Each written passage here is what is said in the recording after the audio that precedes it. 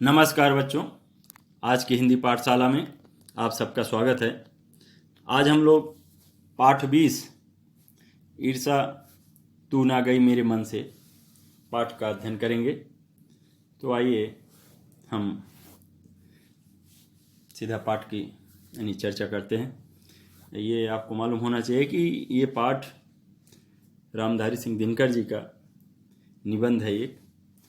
तो मैं आपको ये सुना रहा हूँ, आप इसे ध्यान से सुनिए। मेरे घर के दाहिने एक वकील रहते हैं जो खाने पीने से अच्छे हैं, दोस्तों को भी खूब खिलाते हैं और सभा सोसाइटियों में भी काफ़ी भाग लेते हैं। बाल बच्चों से भरा पूरा परिवार, नौकर भी सुख देने वाले और पत्नी भी अत्यंत मृदुभाषी यानी मधुर बोलने वाली। भला एक सुखी मनुष्य को और क्या चाहिए, मतलब लेखक कह रहे हैं ये। मगर वह सुखी नहीं है, उनके भीतर कौन सा दाह है, दाह मतलब जलन, इसे मैं भली भांति जानता हूँ।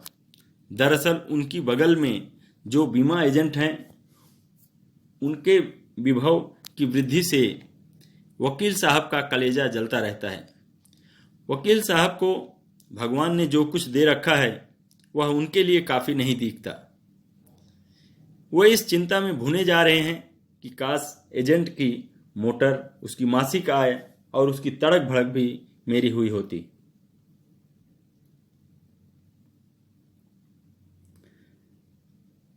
ईर्षा का यही अनोखा वरदान है कि जिस मनुष्य के हृदय में ईर्षा घर बना लेती है, वह उन चीज़ों से आनंद नहीं उठाता जो उसके पास मौजूद है, बल्कि उन वस्तुओं से दुख उठाता है जो दूसरों के पास हैं। वह अपनी तुलना दूसरों के साथ करता है और इस तुलना में अपने पक्ष के सभी अभाव उसके हृदय पर दंश मारते रहते हैं।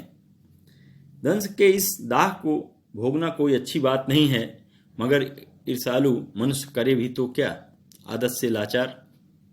यहाँ लिखा है, देखो नीचे मीनिंग दिया है सबका। मृदुभाषणी यानी मधुर बोलने वाली, दाह जलन, विभव ऐश्वर्य, दंश माने डंक।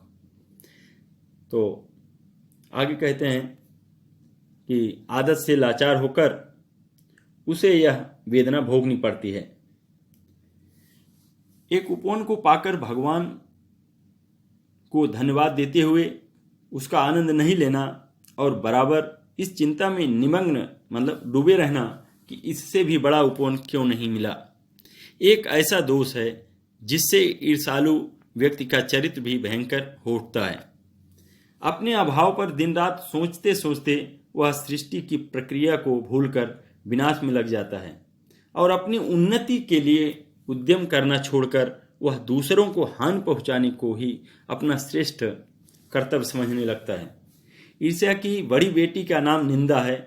जो व्यक्ति ईर्षालु होता है वही व्यक्ति बुरे किस्म का निंदक भी होता है। दूसरों की निंदा वह इसलिए करता है कि इस प्रकार दूसरे लोग, जनता अथवा मित्रों की आंखों से गिर जाएंगे और तब जो स्थान रिक्त होगा उस पर अनायास मैं ही बिठा दिया जाऊंगा।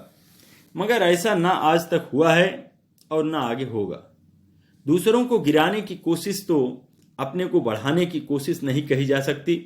एक बात और है कि संसार में कोई भी मनुष्य निंदा से नहीं गिरता, उसके पतन का कारण अपने ही भीतर के सद्गुणों का ह्रास होता है। इसी प्रकार कोई भी मनुष्य दूसरों की निंदा करने से अपनी उन्नति नहीं कर सकता। उन्नति तो उसकी तभी होगी जब वह अपने चरित्र को निर्मल बनाए तथा अपने गुणों का विकास करे।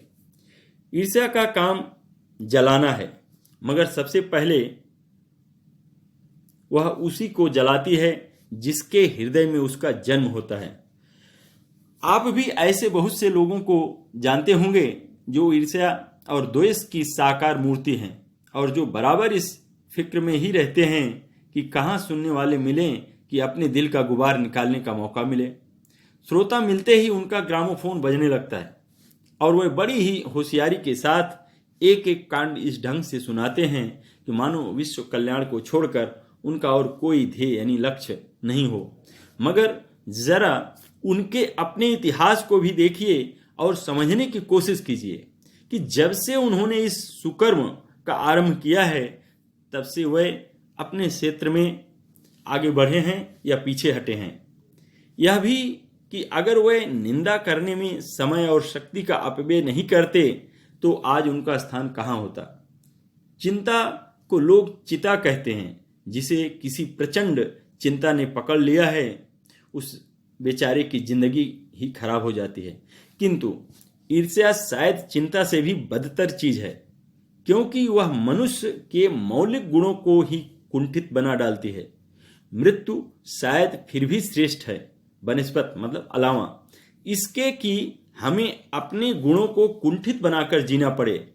चिंता दग्ध मनुष्य समाज की दया का पात्र है, किंतु ईर्ष्या से जला भुना आदमी जहर की एक चलती फिरती गठरी के समान है, जो हर जगह वायु को दूषित करती फिरती है। ईर्ष्या मनुष्य का चारित्रिक दोष ही नहीं है, प्रत्युत इससे मनुष्य के आनंद में भी बाधा पड़ती है। जब भी मनुष्य के हृदय में ईर्ष्या का उदय होता है, सामने का सूर्य उसे मध्यम सा दिखने लगता है। पक्षियों के गीत में जादू नहीं रह जाता और फूल तो ऐसे हो जाते हैं मानो वे देखने योग्य ही नहीं हो। आप कहेंगे कि निंदा के बाण से अपने प्रतिद्वंदियों को बेंधकर हंसने में एक आनंद है, और यह आनंद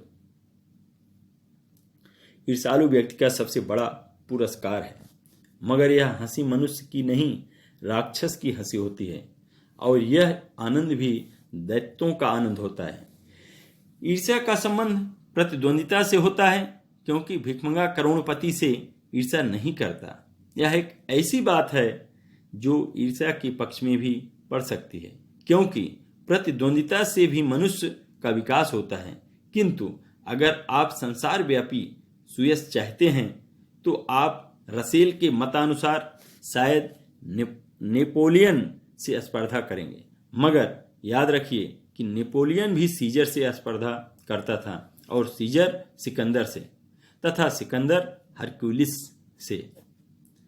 जिस हरक्यूलिस के बारे में इतिहासकारों का यह मत है कि यह कभी पैदा ही नहीं हुआ। तो ईर्ष्या का एक पक्ष सचमुच ही लाभदायक हो सकता है, जिसके अधीन हर आदमी, हर जाति और हर दल अपने को अपने प्रतिद्वंद्वी का समकक्ष बनाना चाहता है। किंतु यह तभी संभव है जबकि ईर्ष्यालु व्यक्ति यह महसूस करता है कि कोई चीज है जो उसके भीतर नहीं है। कोई वस्तु है दूसरों के पास है, किंतु वह यह नहीं समझ पाता है कि इस वस्तु को प्राप्त कैसे करना चाहिए, और गुस्से में आकर वह अपने किसी पड़ोसी, मित्र या समकालीन व्यक्ति को अपने से श्रेष्ठ मानकर उससे जलने लगता है, जबकि वे लोग भी अपने आप से शायद वैसे ही असंतुष्ट हों। आपने यह भी देखा होगा कि शरीफ लोग अक्सर यह सोचते हुए अपना सिर खुजलाया करते हैं कि फला आदमी मुझसे क्यों जलता है, मैंने तो उसका कुछ नहीं बिगाड़ा, फिर अमुक व्यक्ति इस कदर मेरी निंदा में क्यों लगा हुआ है। सच तो यह है कि मैंने सबसे अधिक भलाई उसी की है। ये सोचते हैं मैं तो पाक साफ हूं, मुझ में किसी भी व्यक्ति के लिए दुर्भावना नहीं है, बल्कि अपने दुश्मनों की भी मैं भलाई ही सोचा करता हूं। फिर ये लोग मेरे पीछे क्यों पड़े हुए हैं, मुझमें कौन सा वह एब है जिसे दूर करके मैं इन दोस्तों को चुप कर सकता हूं।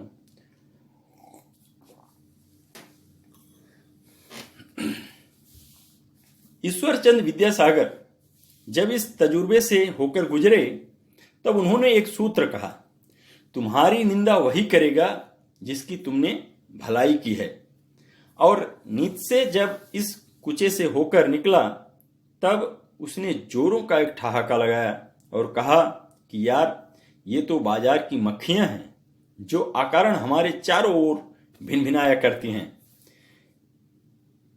ये सामने प्रशंसा और पीछे पीछे निंदा किया करती हैं। हम इनके दिमाग पर बैठे हुए हैं ये मक्खियां हमें भूल नहीं सकती, और चूंकि ये हमारे बारे में बहुत सोचा करती हैं, इसलिए ये हमसे डरती हैं और हम पर शंका भी करती हैं। ये मक्खियां हमें सजा देती हैं हमारे गुणों के लिए।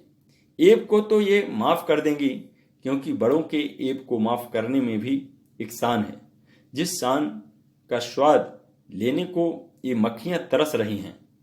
जिनका चरित्र उन्नत है, जिनका हृदय निर्मल और विशाल है, वह कहते हैं, इन बेचारों की बातों से क्या चिढ़ना, ये तो खुद ही छोटे हैं।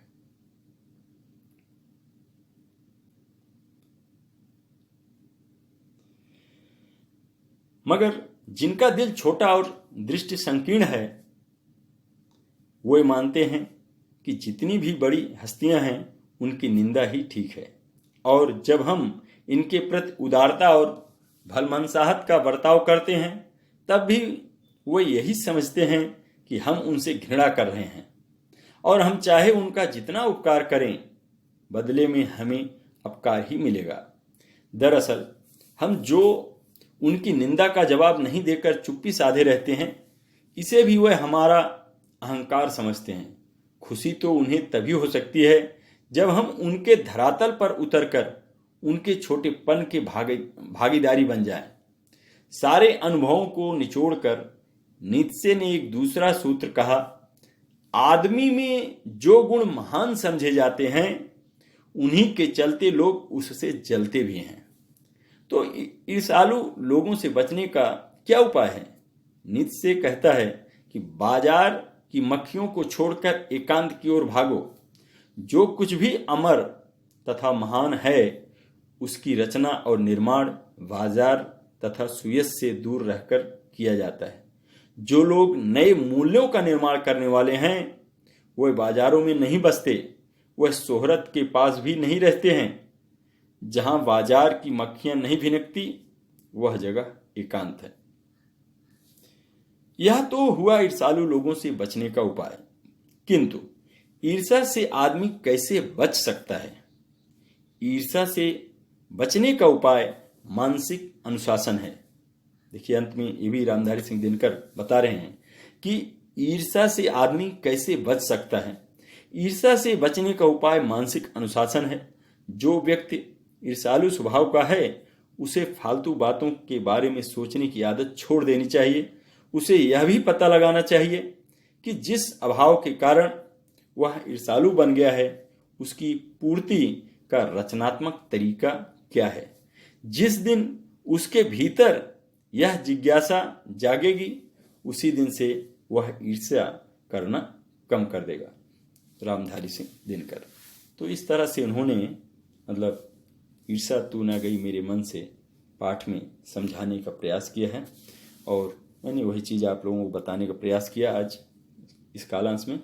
आशा रखता हूँ कि आप लोग इसे समझेंगे, और मैं आप लोगों को बताना चाहूँगा कि इस पाठ को ये सुनने के बाद पुनः एक बार पढ़िए, ठीक है। और आशा रखता हूँ कि आप लोग पढ़ेंगे, और इन्हीं शब्दों के साथ मैं अपनी वाणी को विराम देता हूँ। फिर अगले कालांश में हम लोग इस पाठ के प्रश्नोत्तर की चर्चा करेंगे। धन्यवाद।